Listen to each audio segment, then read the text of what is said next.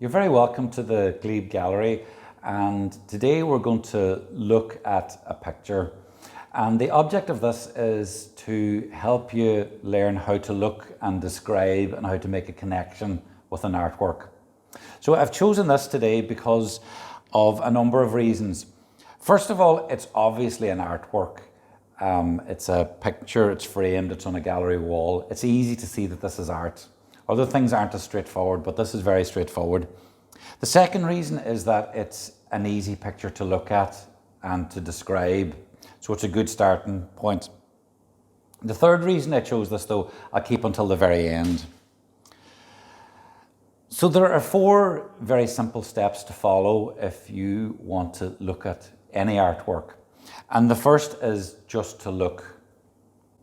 So in this case, you would just run your eyes over the picture. You would look at the colours, at the shapes, at the textures, maybe think about the materials. But don't get ahead of yourself. Don't look at it as a mountain at this stage. Just look really closely at the colours, the shapes, the patterns. And when you think you've looked at it enough, stop and go back and do it again. The one thing you shouldn't look at this stage, though, is the label, because it'll give you a little bit too much information. It'll help you a little bit too much at this point. So just look at it and look at it again. Let your eyes wander over it. Get really comfortable with it and get to know it. The next stage then is the description. So in this case, you're looking at the mountain and the clouds behind it. You're looking at it's probably snow on the top of it, at the trees at the base of it. The fact that it's quite a flat picture, there isn't a lot of perspective in it.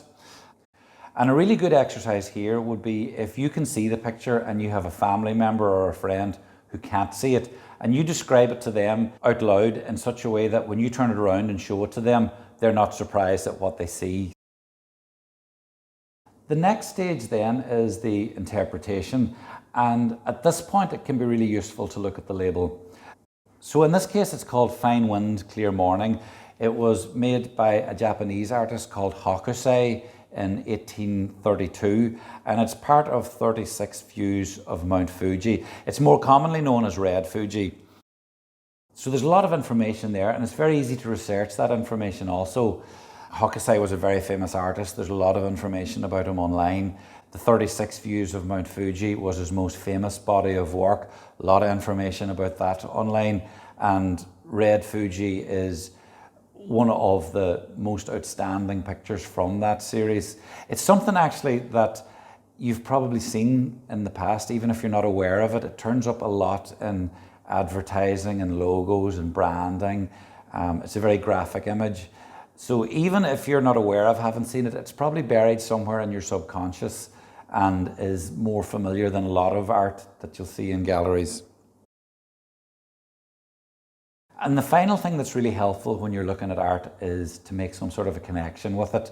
And in Donegal, the obvious connection here is that it's the same shape as Mount Errigal, and people are often really interested in the fact that we have this Japanese art in Donegal so close to Mount Errigal.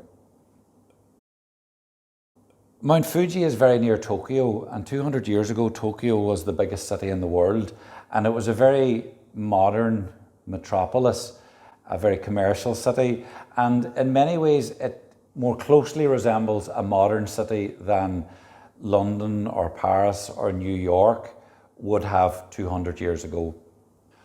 Hokusai is a really nice artist to research because he's very accessible. His art is beautiful and easy to read, easy to recognize, and surprisingly difficult to reproduce. The technique in this case was that he would have made a painting, and then somebody else would have separated that into a number of colours, and someone else would have produced wood blocks from those colours and cut them, and then a final person mixed the inks and printed them. And that's where you get this gradation of colour. So the red here on the mountain starts off as a kind of a peach colour and moves up to being a brown colour. And the same with the sky. You can see the blue gets darker. It gets very dark at the top. So these prints would have been produced like books are produced. They would have been produced in addition. But because they were printed by hand, each one is slightly different and unique.